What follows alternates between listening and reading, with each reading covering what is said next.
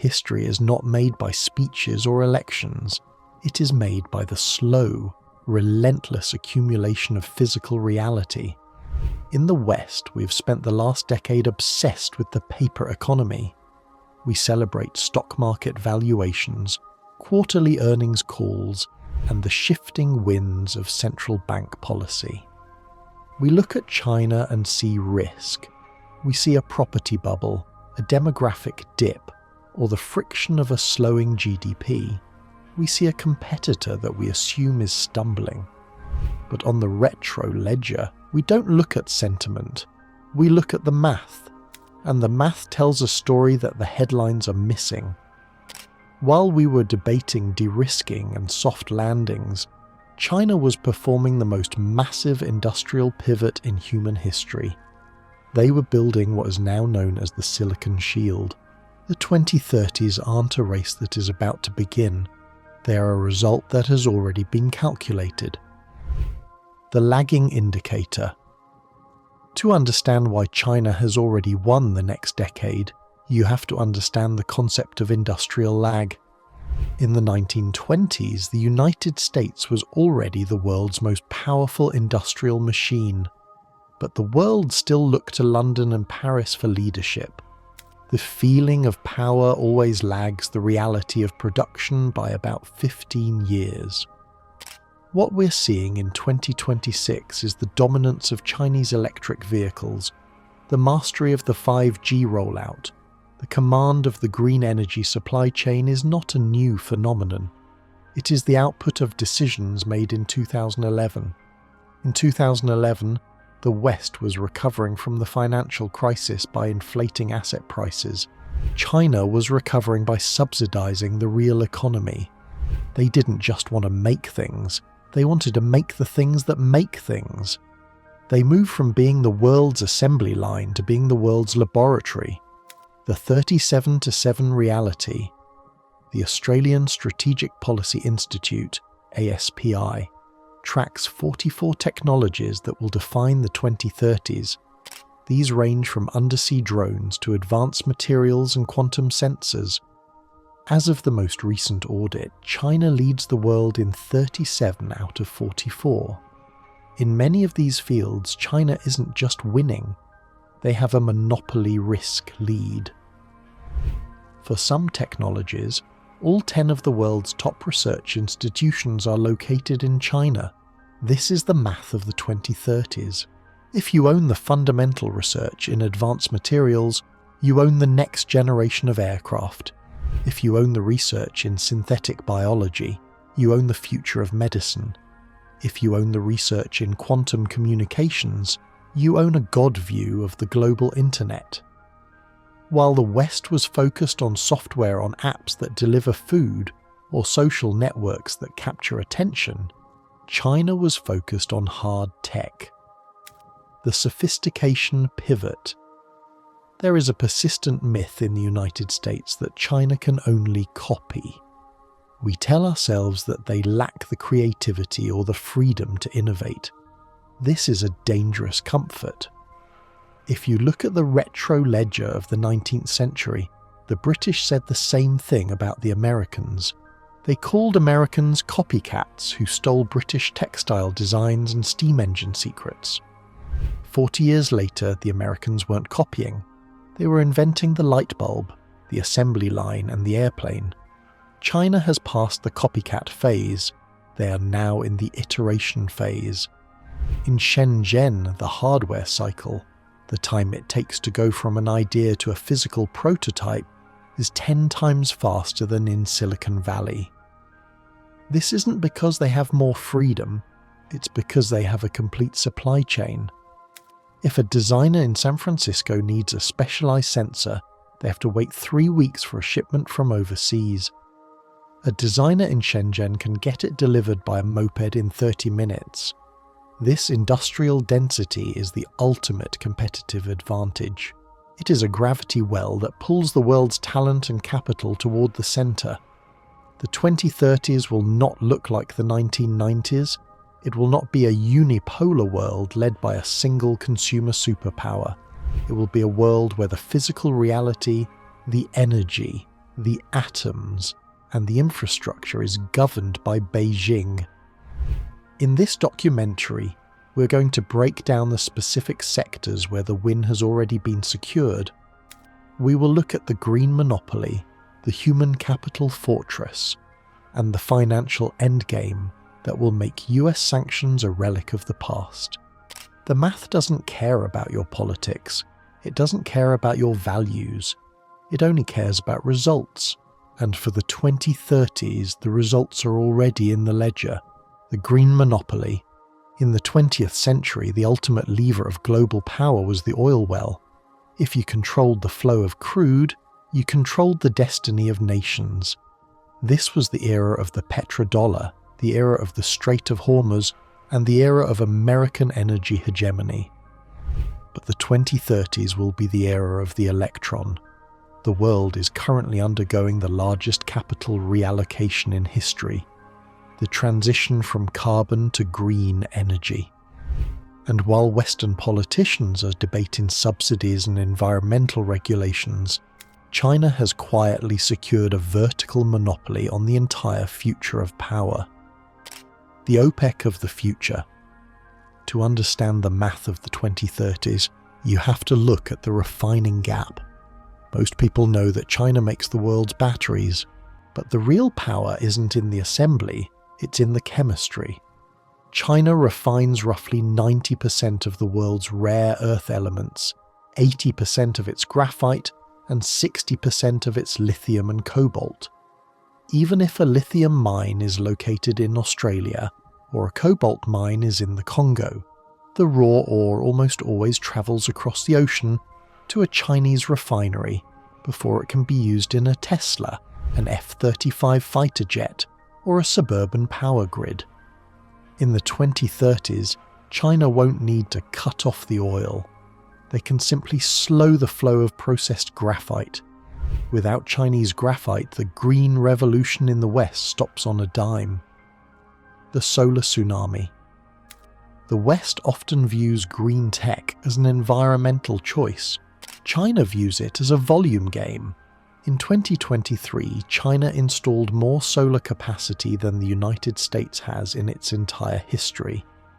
Because of their massive internal market and state-backed economy of scale, the cost of a Chinese solar panel has plummeted to the point where it is no longer a product. It is a commodity as cheap as dirt. By 2030, Chinese solar and wind will be so cheap that the energy return on investment, EROI, will give their manufacturing sector a permanent structural advantage. While European factories shutter because of high electricity costs, Chinese factories will be powered by a green tsunami of nearly free energy. This isn't just about saving the planet, it's about industrial arbitrage. The BYD moment for a century, the internal combustion engine was the high barrier to entry that protected Western automakers. A German or American engine was a masterpiece of 2,000 moving parts. China could never catch up. But an electric vehicle is different. It is a computer on wheels with roughly 20 moving parts. By skipping the 20th century engine and moving straight to the 21st century battery, China has decapitated the Western auto industry. BYD, Build Your Dreams, didn't start as a car company, it started as a battery company. They understood the math before anyone else. The car is just a wrapper for the battery. In the 2030s, the people's car won't be a Volkswagen. It will be a BYD, a Xiaomi, or a Geely. The grid hegemony. The final piece of the green monopoly is the ultra-high voltage, UHV, grid. Because China is a continental-sized nation, they have perfected the technology to move electricity across thousands of miles with almost zero loss. They are now the global leaders in smart grids. China isn't just selling panels, they are selling the operating system for the world's electricity. If you are a developing nation in the 2030s and you want a modern green power grid, You don't call GE or Siemens, you call the State Grid Corporation of China. And once you are plugged into their grid, you are part of their ledger. The 20th century was won by those who controlled the old energy. The 2030s have already been won by the ones who own the new energy. The math is simple. He who owns the battery owns the future. The infrastructure of empire in the West, we tend to view the Belt and Road Initiative as a series of disconnected construction projects. A highway here, a port there, a bridge to nowhere. We see the headlines about debt-trap diplomacy and assume the project is a failing relic of overextension. But on the retro ledger, we see something different. We see an integrated operating system. China isn't just building infrastructure, they are hardwiring the global south into a new economic architecture, one where all roads, rails and fiber optic cables eventually lead back to Beijing. By the 2030s, this won't be a vision, it will be the physical reality of the world's most populous regions, the land-linked revolution. For centuries, being landlocked was a developmental death sentence. If you couldn't reach the ocean, you couldn't reach the world. China has spent the last decade changing the geography of the planet by turning landlocked nations into land-linked ones. The Laos-China Railway, completed in 2021, transformed a nation with 1 mile of track into a high-speed hub for the entire Mekong region. In Africa, the 750-kilometre line from Addis Ababa to Djibouti has given Ethiopia, a nation of 120 million, a high-capacity artery to the global market. This isn't just about moving cargo, it is about standards power. When China builds your railway, they don't just lay the tracks. They provide the locomotives, the signalling software, the maintenance protocols, and the training for your engineers. They're exporting their industrial DNA. By the 2030s, the rail networks of Southeast Asia and East Africa will run on Chinese software and Chinese gauges. To switch to a Western or Japanese system would be prohibitively expensive. China isn't just a builder, they are the landlord of connectivity. Bypassing the choke points. Since 1945, the US has maintained global hegemony by controlling the choke points. If the US Navy closes the Strait of Malacca, China's economy starves for oil and trade. This is the Malacca dilemma. China's response is the Middle Corridor and the CPEC, China-Pakistan Economic Corridor. The math of the 2030s shows a world where China no longer relies on the sea. The Middle Corridor can move goods from Xi'an to Istanbul in 12 days, bypassing the Red Sea, the Suez Canal, and the Russian plains. It is a land-based alternative to the maritime world order. By the time we hit 2030, China will have the ability to sustain its economy through a network of pipelines and rails that the US Navy cannot touch. They are building a geopolitics of immunity. The digital Silk Road. But the most potent part of the empire isn't made of concrete, it's made of data. While the West was debating the ethics of AI, China was building the digital Silk Road. They have laid over 100,000 miles of submarine fiber optic cables and built hundreds of data centers across the global south. In 2030, a kid in Indonesia or Nigeria won't be using GPS. They'll be using Beidou, China's superior satellite navigation system. They won't be paying with Visa or MasterCard. They'll be using a localized version of Alipay or WeChat Pay. They won't be storing their data on AWS. It will be in a safe city cloud powered by Huawei. This is the soft shield. When your entire digital life, your money, your location, your communication runs on a Chinese stack, you have effectively joined the Chinese ecosystem. The US can sanction a government, but it's much harder to sanction 1 billion people whose daily lives depend on a specific digital infrastructure. the standards maker. There is an old saying in industry: third-class companies make products, second-class companies make technology, first-class companies make standards. For the 20th century, the West made the standards. We decided how 4G worked, how banking transfers were formatted, and how shipping containers were tracked. China's goal for 2030, codified in the China Standards 2035 plan, is to flip the script. By building the infrastructure for the next billion consumers, they are ensuring that the next generation of standards are Chinese. If you want to build a smart city in South America or an automated port in the Middle East, you will have to follow the rules written in Beijing. The infrastructure of empire is already in place. It is a web of physical and digital dependencies that makes China the indispensable partner for the developing world. The West views this as a threat to be contained. The Global South views it as the only ledger that is actually paying for their future. And as we're about to see, China isn't just building the world's roads, they are building the world's most elite workforce to run them. In the theatre of global competition, we often focus on the hardware, the missiles, the factories and the chips. But on the retro ledger, we know that hardware is merely a derivative of human capital. For the last half-century, the United States has held the undisputed title of the world's brain hub.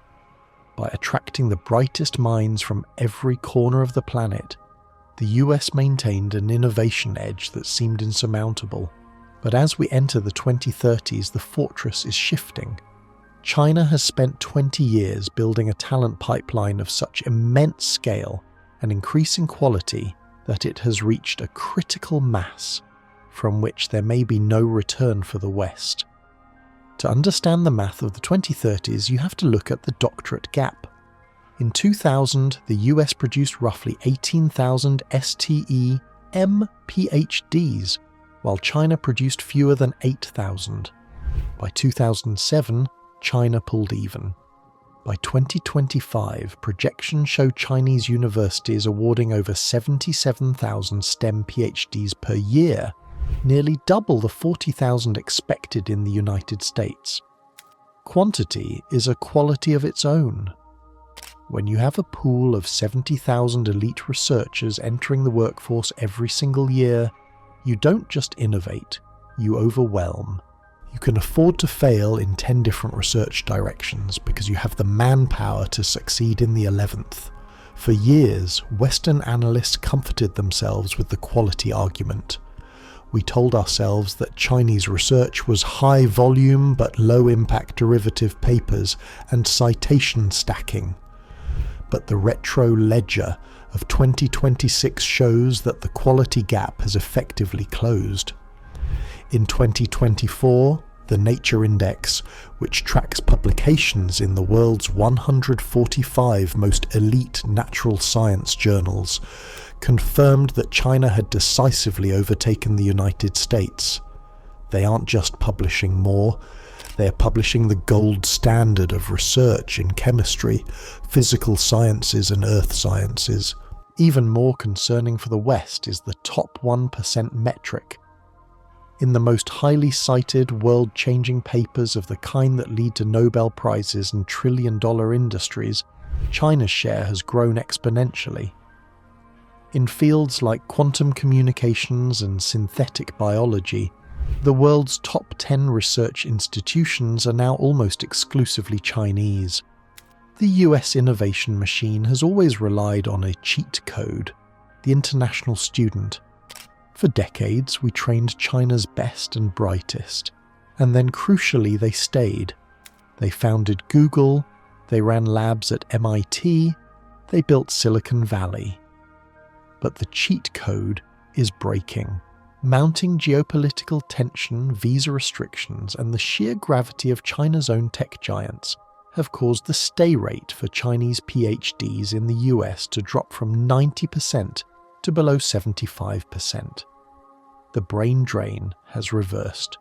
China is now successfully fishing its elite talent back home with salaries, labs, and research freedom that often exceed what is available in the West. They call it the Great Return. We should call it the end of the US talent monopoly. The stability premium. The final brick in the human capital fortress is social cohesion. In a technocracy, the long game is the only game. While Western research funding is often at the mercy of 4-year election cycles, debt ceilings, and shifting cultural priorities, China's 15th Five-Year Plan, 2026 to 2030, treats technology as a matter of national survival. There is a stability premium in science. Research takes decades. When the state guarantees funding and direction for 20 years, you can take the moonshot risks that a quarterly profit-driven Western company cannot. By 2030, China won't just have the most engineers. They will have the most stable environment for those engineers to work in. The math is implacable. 2 million STEM bachelors per year, 77,000 STEM PhDs per year. Lead in 37 out of 44 critical technologies. The West is fighting a war of genius. China is fighting a war of scale. And in the 2030s, scale is going to win. In the grand theatre of geopolitics, the ultimate weapon isn't the aircraft carrier, it's the clearinghouse. Since 1944, the US dollar has been the operating system of the world. If you want to buy oil in Brazil, sell electronics in Germany, or hedge your national reserves in Tokyo, you almost certainly use the dollar.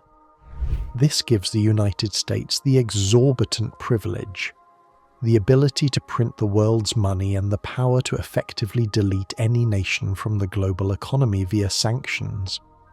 But on the retro ledger of the 2030s, that privilege has a deadline. China isn't just trying to compete with the dollar. They are building a parallel financial universe where the dollar simply doesn't exist. For decades, every international transaction had to pass through a US-controlled correspondent bank. In 2022, when the West froze $300 billion of Russian reserves, every central bank in the world had the same thought. If it can happen to them, it can happen to us. The response is Project M-Bridge. As of early 2026, M-Bridge has graduated from a pilot to a massive functional reality. It has already processed over $55 billion in cross-border transactions. But here is the math that matters. 95% of that volume is in the digital yuan, ECNY. M-Bridge allows a bank in Saudi Arabia to settle a payment with a bank in Shanghai in seconds at half the cost of SWIFT and without ever touching a US intermediary. It is the Silk Road of money. By 2030, this system will likely handle trillions in trade across the global south, making Western sanctions as irrelevant as a paper map in the age of GPS. The greatest victory is the one where no shots are ever fired. This is the grey zone strategy. By 2030, China won't need to win a hot war in the Pacific to achieve dominance. They will have achieved what we call indispensability. When your power grid runs on Chinese solar, your transport runs on Chinese rail, your money flows through Chinese digital ledgers, and your industries depend on Chinese refined minerals, you're no longer a sovereign competitor. You're a stakeholder in the Chinese system. In the 2030s, victory for Beijing looks like a world where the United States is a regional power, wealthy, isolated and safe behind its two oceans, but fundamentally disconnected from the growth of the global south. The 15th Five-Year Plan, launched just this year, is the final phase of this transition. It isn't about growth in the way we understand it. It is about securitization. China has stopped caring about having the highest GDP growth in the world. They now care about internal circulation, making their economy immune to Western pressure. They are replacing every Western chip, every Western software package, and every Western financial link with a homegrown alternative. By 2030, the silicon shield we discussed in Part 1 will be complete. China will be a black box to the West, an economy we cannot sanction because we no longer have the levers to reach inside it. The US response, the great imitation. The irony of the 2030s is that to compete with China, the West is being forced to become more like China. In Washington and Brussels, we see the return of industrial policy. We see the CHIPS Act, the Inflation Reduction Act, and the massive state subsidies for battery plants. We are moving away from free markets and towards state-led capitalism, but the math favours the incumbent. China has a 20-year head start in state-led industrial planning.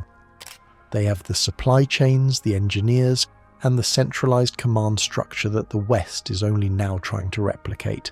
For 250 years, the West has been the centre of the world.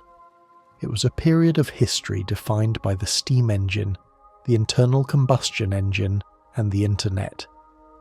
But in the long view of the retroledger, this was an anomaly. For most of the last 2,000 years, the gravity of the human story has centred on the Middle Kingdom. The 2030s aren't a new era of Chinese dominance. They are a return to the historical mean. China hasn't won because they are better than us. They've won because they did the math. They built the physical world, and they waited for the ledger to balance. The question for the rest of us is no longer, how do we stop them? The question is, how do we live in the world they have already built?